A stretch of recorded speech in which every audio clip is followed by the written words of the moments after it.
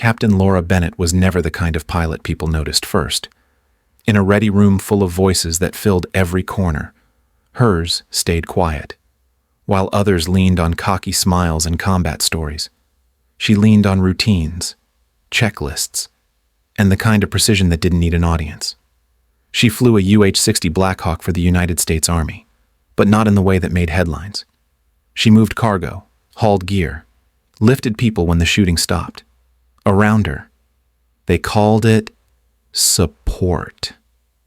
Sometimes they said it with a shrug, sometimes with a smirk. Either way, the message was always the same. You're not a warfighter. You're a driver. She grew up in Sioux Falls, South Dakota, in a house where things were fixed, not thrown away. Her dad turned wrenches at a local garage. Her mom taught 4th grade at a school 5 blocks from home. Money was tight, but the house was solid. Her father taught her to respect tools, to listen to the hum of a machine before trusting it. Her mother taught her to hold her own, to show up on time, and never confuse silence with weakness. Laura learned both languages. She was just as comfortable under the hood of a beat-up pickup as she was in a classroom reciting state capitals. When she enlisted, people didn't expect much. She was 5'5", soft-spoken, and the kind of person who carried a pen tucked behind her ear instead of sunglasses on her head.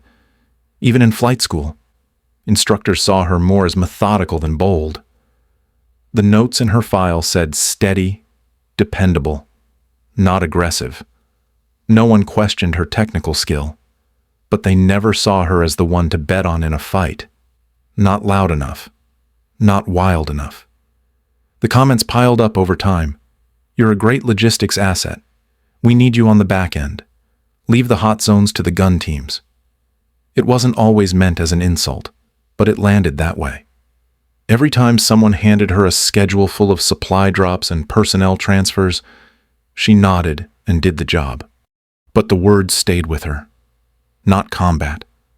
Not the one we call when everything's on the line. She never fought back with her voice. That wasn't her way.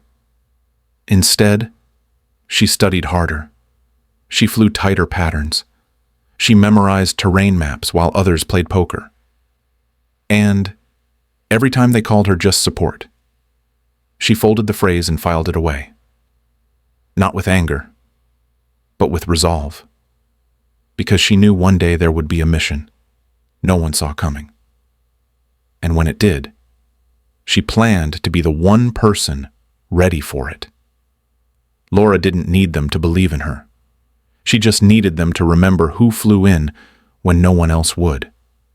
And that part of the story hadn't been written yet. Most nights. When the hangar lights dimmed and the noise faded, Captain Laura Bennett stayed behind.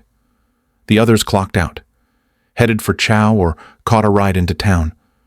But Laura walked the quiet halls of the simulator bay, keying in her own flight plans long after everyone else had gone. She didn't run the standard scenarios. She wrote her own. Night extractions under fire, sloped landings with minimal rotor clearance, torque limit recovery drills at high altitude, each one a version of a situation no one had asked her to be ready for. And still, she trained for it anyway. The Army's advanced UH-60M simulator was supposed to be a tool for scheduled instruction. For Laura, it became something else. A private battleground where she could fail in silence and learn without eyes. Honor. She would log 2, sometimes 3 extra hours after midnight. She sketched every flight path by hand, tracked wind drift, practiced decision-making under simulated fire. Her notebook lived in her flight bag. It was worn soft around the edges and packed with diagrams, slope grades, power-to-weight equations, and torque margins. She recalculated every time they added new gear to the bird. She made notes in red when something went wrong, and wrote small check marks in pencil when she got it right. What she couldn't learn in the sim, she chased in the hangar. While techs pulled maintenance on airframes, she stood beside them, asking questions others never thought to ask. She traced hydraulic lines until she knew where everyone fed and how it failed. She cleaned grease from wiring harnesses with a rag in one hand and a flashlight in the other. She memorized the way each panel fit into place and how to troubleshoot by feel. It wasn't her job, but she learned it anyway. One flight in coastal Virginia stayed with her more than any drill. It was supposed to be routine. Daylight, medium load, a low approach over sand. Then, a sputter. The left engine died without warning. The aircraft dropped fast. There were soldiers in the back, and for 8 seconds, gravity took over. She didn't scream. She didn't freeze. Her hands moved from training. Her eyes locked on the horizon, and she auto-rotated the bird to the ground with enough control that no one was hurt. They called it lucky. She knew better. That day carved something into her. Not fear, not pride, just a truth. Failure came fast. Preparation had to come faster. The others didn't know what she was building in those shadow hours. That was fine. She wasn't building it for them. At 1600 hours, or 4 o'clock in the afternoon, a routine patrol by the 3rd Infantry Battalion was already halfway through its sweep of the Korengal Valley. The mission had been standard: grid clearance, presence patrol, checkpoint recon, the kind of thing that blended into the desert heat and radio static. But the Korengal was never quiet for long. The valley narrowed with every mile, steep ridgelines pressing in from both sides, perfect high ground, perfect ambush country.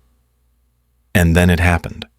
A single RPG fired from the east slope, followed by mortar thumps that echoed before the first round even landed. Then came the rest. Rifle bursts from the tree line, PKMs rattling down into the open. The contact wasn't sporadic. It was coordinated, planned, within minutes. The entire unit was pinned to the valley floor. Over 200 soldiers, spread across rough terrain, caught in a kill box with no easy way out. Some crawled behind boulders. Others stayed in dry stream beds, returning fire as best they could. Ammo was burning fast. Calls for medevac were coming in layered over requests for suppression fire. The worst part wasn't what they were facing. It was what they couldn't see. Enemy fighters were dug in on high ground with multiple overlapping fields of fire. No clear lanes for escape, no obvious path to counterattack. 20 miles away, inside the Tactical Operations Center at Firebase Miller. The drone feed painted the truth in grayscale. Thermal signatures swarmed the hills. Friendly signals blinked and disappeared. A sergeant at the JTAC station leaned in and whispered that close air support was a no-go. Targets too close to friendlies. Rules of engagement wouldn't allow it. Someone at the planning table mentioned sending in the QRF, but flight time and convoy route estimates said 3 hours minimum. On the screen, they didn't have 30 minutes. The battalion XO cursed under his breath. Communications with the ground unit came in broken. Call sign Blackjack was reporting danger. Close mortar fire. Another voice requested emergency ammo drop. The air boss said they had no rotary wing assets available that could get in under the ceiling and survive the route. Fixed wings couldn't make precision runs this tight. A captain suggested a ridge push from the north. Another dismissed it instantly. Too exposed. The TOC air was dry and tense. People moved quickly, but no one raised their voice. Because at a certain point, volume doesn't solve anything. By 1621, the Battalion S3 quietly said what no one wanted to say. They may not make it. The tone was clinical. The implication was not. Everyone in that room understood what it meant to have 200 American soldiers caught in a trap with no way out and no one coming. Somebody asked again if there were any birds on standby, any pilots prepped. A tech at the flight board shook his head slowly. Just one aircraft, fueled and flight ready. But no assigned mission, no green light. That's when Laura Bennett's name came up. Quiet, uncertain. Not even a suggestion, just a possibility hanging in the air like static. Captain Laura Bennett didn't raise her voice when she stepped forward. She didn't need to. The Tactical Operations Center had grown quiet enough to hear the low whine of a server rack in the corner. She moved to the screen, eyes scanning the terrain feed. Then the elevation map. Then the weather overlays. Her voice stayed calm as she laid out the only plan anyone had spoken in the last 10 minutes that didn't end in a body count. She offered to fly. Her own bird was prepped, fully fueled, UH-60 Memmer Black Hawk. She proposed a precision insertion onto the narrow western slope, masked by smoke and rotor wash. The valley walls, she explained, created a wind funnel. If she angled the entry just right, she could use that to her advantage. She described how she'd land in short bursts, fast load, fast lift, multiple runs if needed. She'd trained for this, not in the field, but for years in simulation. Custom combat inserts, terrain extractions, emergency torque limiters under full load. The room listened, and then the answer came. Negative. Not cleared. Not combat rated. Her flight status was logistics only. The mission would require a combat-experienced pilot with prior gun zone extraction hours. Laura stood silent as the words came down. The operation was too dangerous. Too many unknowns. One colonel muttered that it would be a suicide run. They weren't going to authorize a loss just to make someone feel brave. No one looked her in the eye. Not really. Not the way people do when they mean to understand. She took the hit without blinking. But it landed. All the quiet hours. All the preparation. All the times she was told not now. Not you. They wrapped themselves tight around this moment. The plan was denied. The soldiers on the ground were still without help, and command had nothing better. As she stepped back from the map, Laura looked once more at the drone feed. Smoke drifted through the valley. Enemy heat signatures multiplied on the ridges. Friendly markers faded one by one. She didn't argue. She didn't protest. But deep inside, something settled. If they weren't going to save them, she would. With or without permission. The conversation in the Tactical Operations Center kept going, filled with clipped phrases and overlapping strategy. But Laura Bennett was already gone. She didn't announce her exit. She didn't wait for a change of heart. She stepped out into the heat, crossed the gravel, and headed straight for the flight line. The late afternoon sun hit the tarmac at an angle, casting long shadows across the parked aircraft. Her UH-60M sat idle, blades still, but ready. She moved with purpose, each step louder in her head than on the ground. At the hangar, she found Sergeant Chris Harlow checking a hydraulic coupling near the tail. He looked up when he saw her walking straight toward the bird with her helmet in hand. His brow furrowed, confused for a second. Then he saw her face. That was all it took. No speech. No questions. Just a quiet nod as he followed her to the crew bay. He asked what load. She told him. Smoke grenades, infrared countermeasures, burn cards for suppression, fuel topped for multiple round trips, no manifests, no mission number, no authorization code. She made it clear. This would not be logged through the TOC. No green light was coming. She was doing it anyway. He gave one last look toward the tower, then started pulling gear. The crew moved fast. They always did when it mattered. Harlow ran his checks while Laura completed the walk-around. By the time the bird was powered up, the tension felt like it was pressing against the walls of the cabin. Every creak and buzz from the startup sequence hit harder than normal. This wasn't just a flight. It was a breach. Inside the TOC. A radar tech glanced at his screen, then looked again. One Black Hawk icon was climbing off the pad. No flight code, no flight plan. His headset lit up as he reported it. The room snapped alert. Voices rose. Officers shouted into open mics, demanding identification. The answer came 15 seconds later. Laura keyed her comm on the open guard frequency. Calm. Clear. She stated her name, rank, and aircraft ID. She was en route to Grid Alpha 2 for immediate extraction of stranded U.S. forces. Her voice never shook. She didn't ask permission. She simply told them where she was going. If they wanted to call it unauthorized, that was fine. But she wasn't going to sit in that room and let Americans die. The rotors reached full spin. Dust kicked up across the pad. Harlow locked down his harness. The bird shuddered with lift.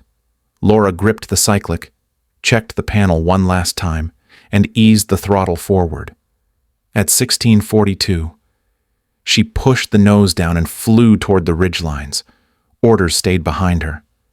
Doubt did too. Whatever came next, she'd chosen it. And there was no going back. The Korengal Valley wasn't just hot. It was lethal. From 2,000 feet out, Captain Laura Bennett could already see the smoke curling from the ridgelines. The drone feeds hadn't exaggerated.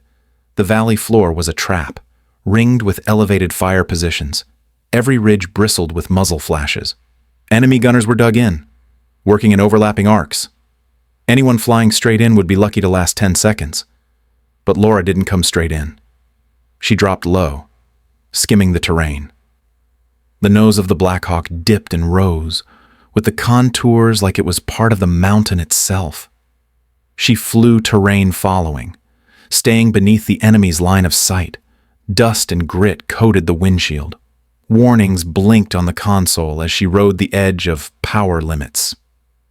Behind her, Sergeant Chris Harlow called out movement on the ridges. North slope, 2 fighters with RPGs. East side, PKM nest. They were already taking fire before they even hit the approach. Rounds cracked past the fuselage. The metal sang with impact. Laura didn't flinch. She kicked the Black Hawk into a hard left slip, dragging the tail through the air and kicking up a massive wall of dust. The sudden shift bought her seconds. She popped smoke. 2 grenades tumbled out, igniting into thick clouds that ballooned under the rotor wash and spread like a rolling curtain across the battlefield. In that moment, the helicopter became a ghost, shrouded in gray, silent for 3 seconds. Then she was down. Skids kissed rock. Barely enough room to balance. The nose tilted slightly forward on the uneven shelf, but she held it steady. Below, the Marines had been pinned for nearly 45 minutes. They had stopped expecting rescue. But now, through smoke and chaos, a Black Hawk dropped in like it had torn through the sky just for them. They ran, limping, dragging the wounded, shouting over the engine. Sergeant Harlow reached out, pulling them into the cabin one by one. 7, 8, 9. He shouted when the bird was full. Laura was already lifting. The skids scraped rock, then cleared. The moment they broke hover, the hillside exploded again. A rocket slammed into the ledge they had just left. Shrapnel rocked the airframe. Rounds chewed into the tail section. The cabin rattled like it was falling apart, mid-air. But Laura held the stick tight, fingers moving by instinct, her eyes locked forward. She pushed the Black Hawk up through the smoke, riding the thrust like it was the only thing holding them together. The engine temperature edged toward red. The transmission whined. Then the ridgelines fell away behind them. No one cheered. Not yet. They were alive. But the valley still held more. Laura glanced at her panel, then over her shoulder at the faces packed into the cabin, dust-covered, wide-eyed, breathing hard. 1 trip down. More to go. She didn't hesitate. As the ridgelines rolled back into view, Laura dipped the nose and dropped into the valley again. Smoke still hung in the air, but it had thinned. The enemy was no longer guessing. They were watching now. Ready. Rounds started cutting the sky before she even reached the halfway mark. Tracer lines stitched across the slope. She banked hard to the right, then snapped left, bleeding altitude fast. Her headset crackled with a voice from the ground, young and raw, breaking through static. It wasn't a request, just disbelief. She came back. Laura didn't respond. Her hands moved, one on the collective, the other feathering the cyclic. Her jaw was tight, her eyes locked on the shelf. She dropped smoke again, angled it wider, knowing the enemy would fire through it this time. The dust wall built just long enough to give her a shot. The bird came in harder than the first run, skids slamming the rock. The cabin jolted. Nothing broke, but it was close. This time, there were more wounded. One Marine had a leg tourniqueted with a rifle sling. 2 others carried him. A corporal with blood down his face dragged another by the collar. They ran like the sky was falling. Sergeant Harlow stood at the edge of the cabin door, grabbing gear straps, arms, armor plates, whatever he could reach, and hauling them in. 7, 8, 10, 12. He shouted numbers as he counted the weight. One rifle butt clanged off the floor. A man collapsed half in, half out. Harlow pulled him the rest of the way. Inside, the cabin was packed, shoulders pressed together. Someone whispered a thank you. Another sobbed quietly into his sleeve. Laura didn't turn. A bullet pinged off the port side panel. Another tore through the airframe near the tail boom. The bird shook. She stayed calm, adjusted her torque, and lifted them straight out of the fire. This time, enemy gunners were ready. Tracers arced upward fast. She cut hard to the left, gaining speed, forcing them to overshoot.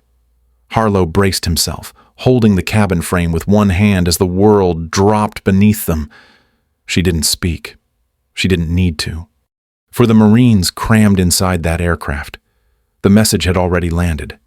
She came back, when no one else did, and she wasn't finished yet. The bird was already bleeding. Armor cracked along the tail boom. Warning lights flickered across the panel. One landing gear strut groaned on every touch. But Laura pushed forward anyway, nose down, blades thundering into the narrowing space above the valley. This was the last run. 11 Marines still trapped, surrounded, firing their last mags. One voice came through the radio. It wasn't a call for help. It was a goodbye. Laura keyed her mic. Calm, clear, told them to pop smoke and get ready. She was coming. Below. The valley was a closing fist. Enemy fighters had moved to within 50 meters. There was no room for error. Laura took the Black Hawk lower than before, barely skimming the ground. Sergeant Harlow pulled the last 2 smoke grenades and cracked them just before they dropped. White and green clouds spilled out, and the rotor wash churned them into a swirling wall. Through it, she angled the bird sideways across a slope that wasn't flat and wasn't safe, but it was all they had left. The skids hit rock hard. Metal screamed. She held it steady. No drift, no bounce. The last 11 ran. 2 carried a man who'd been shot through the shoulder and leg. 1 Marine had a knife in his hand. No ammo left. Another dragged a comrade with one arm and held a sidearm in the other. They didn't look back. Not once. They threw themselves into the bird. Harlow pulled. He counted fast, voice hoarse. 9, 10, 11. The last was their commander. He stayed by the door until the final wounded Marine was inside, then climbed aboard and slammed it shut. The ridge lit up again. Rounds tore the air. A rocket-propelled grenade flashed past the tail. One shot cracked through the front panel and sliced across Laura's cheek. Blood trickled down, warm and sharp, but her hands didn't move. She lifted. Torque edged into the red. The Black Hawk strained. Everything shuddered. Laura pulled them up, away from the ridgelines, through the smoke, out of the fold. The radio was silent. No one spoke. They were alive. All of them. She'd brought them home. The Black Hawk coughed as the engines wound down, metal ticking and groaning in protest. Scorch marks ran along the tail. One skid bent slightly under weight it wasn't meant to carry. Laura reached up, pulled her helmet off slowly. Blood had dried against her temple, a thin line tracing the earlier graze. Her arms ached. Every muscle trembled from holding steady when nothing around her was. She stepped down, across the tarmac. They waited. Marines. The ones who had counted on her. Some leaned on each other. One had his arm in a makeshift sling. Another used a rifle as a crutch. Dirt and blood streaked across their faces. But they stood. One by one, they lifted their hands. Not a word, not a sound, just salutes. Silent, steady. A line of men who had been given up on, now standing for the pilot they were told wasn't made for war. Laura stood before the officers, still in her flight suit. Dust streaked across her legs. Blood dried at her jawline. She hadn't showered, hadn't slept. Her boots were still caked in the grit of the landing zone.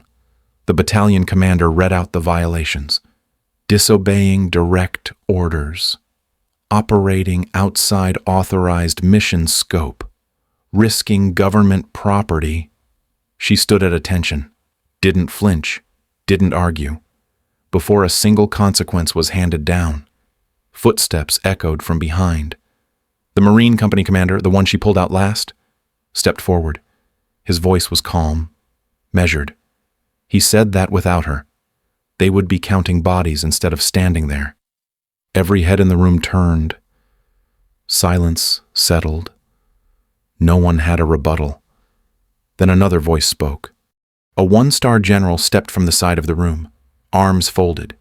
He looked at Laura, asked just one question. Could she teach others to do what she'd done? She nodded once. That was the moment things changed. They didn't pin medals. Not yet. But her notes were pulled from her pocket. Her diagrams, her margin scribbles. They became templates, lessons, the foundation for new doctrine. What had once been rule-breaking was now training. And Laura, she just asked for more flight time.